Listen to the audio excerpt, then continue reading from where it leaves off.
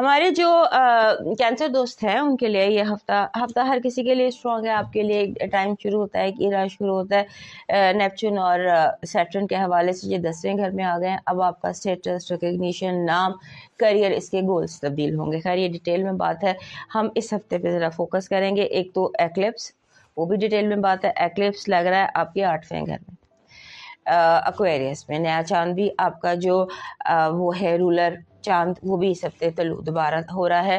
17 تاریخ کو طلوع ہو رہا ہے وہ گرہن لگا کر. سو چاند طلوع ہو رہا ہے اور سورج کو گرہن لگ رہا ہے. نیا چاند رمضان کا چاند ہے. سو فل آف ایکٹیویٹی ہفتہ ہے یہ, خاص طور پہ ہمارے کینسر دوستوں کے لیے. آپ کی زندگی میں ایکٹیویٹی بہت زیادہ ہے, بھاگ دوڑ بہت زیادہ ہے, اور ایسا بہت زیادہ لگ رہا ہے کہ جیسے آپ کو نا بہت ساری نئی سچویشنز, نئے حالات کا سامنا ہوگا. چیزیں چینج ہو رہی ہیں, چیزیں آپ کی ڈائیورشن میں جا رہی ہیں, تبدیل ہو رہی ہیں. اور یہ جو تبدیلی ہے یا یہ جو ڈائیورشنز آپ کی زندگی میں آ رہی ہیں, یہ نئی ہیں, نئی سچویشنز کا, جو پہلے آپ نے سچویشنز فیس نہیں کی ان کے. اور مزے کی بات یہ ہے کہ آپ انہیں کامیابی کے ساتھ فیس کر لیں گے. ڈیسیشن کے حوالے سے 10ویں گھر میں جب اتنی ایکٹیویٹی ہو جو کہ آپ کے کریئر کا گھر ہوتا ہے, تو ڈیسیشنز میں تھوڑا سا ڈیلے کر دیجیے. گرہن گزر جانے دیں, گرہن گزر جائے گا, اس کے بعد یہ کنجنکشن گزر جانے دیں, پھر آپ نے جو ڈیسیشن لینا ہے وہ آپ ڈیسیشن لے لیجیے. اور اپنی جو فیلنگز ہیں نا, آپ کی جو آپ کا دل کہہ رہا ہے, آپ کی جو انر فیلنگز ہے اس کو سمجھیے, اس کو آنر کیجیے. لاسٹ ویک بھی آپ کو بتایا تھا کہ اپنی گٹ فیلنگ پر, اپنی انٹیوشن پر, اپنی چھٹی حس پر تھوڑا سا فوکس کیجیے گا. اور اسٹرانگ جو فیلنگز ہیں نا انہیں اپنے کنٹرول کرنا ہے, کیونکہ آپ کے جو ورڈز ہیں نا اس ہفتے پھر آپ کے دماغ پر حاوی ہو رہے ہیں.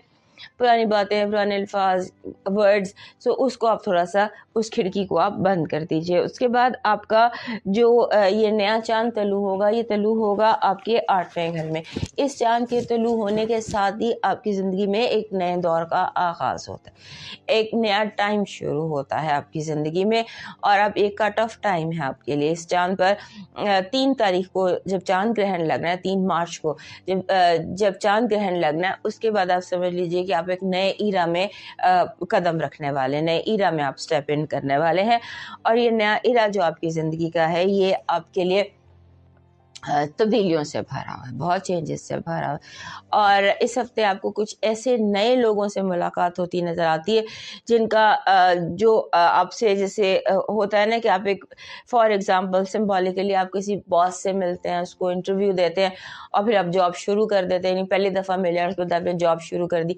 اس طرح کی سچویشن آپ کی زندگی میں, اس طرح بہت سارے لوگ, ایسی بہت ساری سچویشنز آپ کی زندگی میں دکھائی دیتی ہیں. پھر آپ کو تھوڑا سا ایٹنگ ڈس آرڈر کا ایشو ہو سکتا ہے, بہت زیادہ کھا لینا یا بالکل نہ کھا لینا, اتنا کھا لینا کہ وامٹس شروع ہو جائیں. سو اس کا بھی دھیان رکھیے گا. اپنا ایٹنگ ڈس آرڈر ہے اسے آپ انڈر کنٹرول رکھیں, کیونکہ یہ تبدیلیوں کے ساتھ تھوڑا سا جو ہوتا ہے نا, وہ بندہ اتنی تبدیلیوں کے ساتھ تھوڑا سا وہ ہو جاتا ہے سم ٹائمز. ہمارے کینسر دوست جو ہیں یہ کمفرٹ ایٹرز ہوتے ہیں, سو ایٹنگ ڈس آرڈر ان کو اکثر ہو جاتا ہے. سو اپنے آپ کو آپ جو ہے نا سوچنے کی طرف, پازیٹیو پلاننگ, پازیٹیو تھنکنگ, اس کی طرف اپنا دھیان زیادہ رکھیے گا. اس ہفتے آپ کی, اس ہفتے کی جو پازیٹیو انرجی ہے وہ کہہ رہی ہے منی اینڈ منی. پیسے پہ فوکس کیجیے. پیسہ کئی طرف سے آپ کی زندگی میں آ سکتا ہے, آپ کو 2 پے چیکس مل سکتے ہیں. So make money and save money. آپ کی نیگیٹو انرجی, بہت سارے کام ہوتے ہوتے رک سکتے ہیں, ڈائیورشنس ہیں بہت زیادہ. وہ آپ کسی سڑک پر جا رہے ہو تو ڈائیورشن کا اشارہ نہیں لگا ہوتا یہاں سے یہاں چلے جائیں, اس طرح کی ڈائیورشن.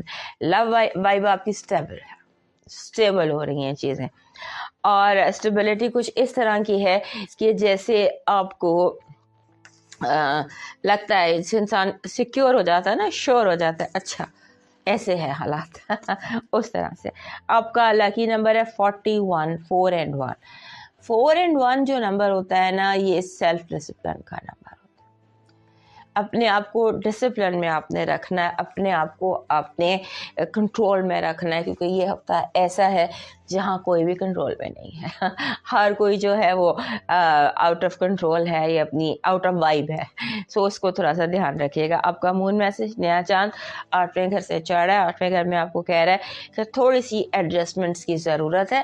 حالات کے ساتھ معاملات کے ساتھ تھوڑا سا ایڈجسٹ کرو. آپ کا لاکی اسٹون ہے مون اسٹون در نجف. دس از در نجف. یہ آپ پہن سکتے ہیں. یہ میں بھی پہن لیتی ہوں کیونکہ یہ جو اسٹون ہے نا یہ ہر کینسر کے پاس ہونا چاہیے.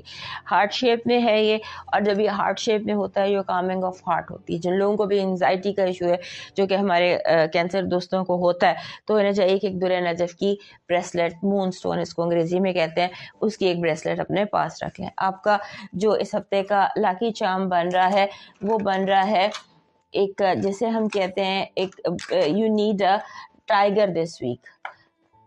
ٹائیگر اس کا سمبل وہ آپ کو چاہیے, بیکاز آپ کی انرجیز ایک دم بیٹھ سکتی ہیں, پھر اٹھ سکتی. اسٹیبلٹی آف انرجی چاہیے. اب وہ آپ کے لیے ٹائیگر لے کر آئے گا. آپ کا ڈیوائن میسج کہہ رہا ہے کہ ایسے لوگوں کو اوائڈ کریں جن کے پاس صرف لفظ ہیں اور عمل کا ایک قطرہ بھی نہیں. عمل پر فوکس کریں اور لوگوں کے باتوں پر نہیں. جہاں قول اور فعل میں تضاد ہو وہاں سے جان چھڑا لیجیے. اب موو کرتے ہیں لیو کی طرف.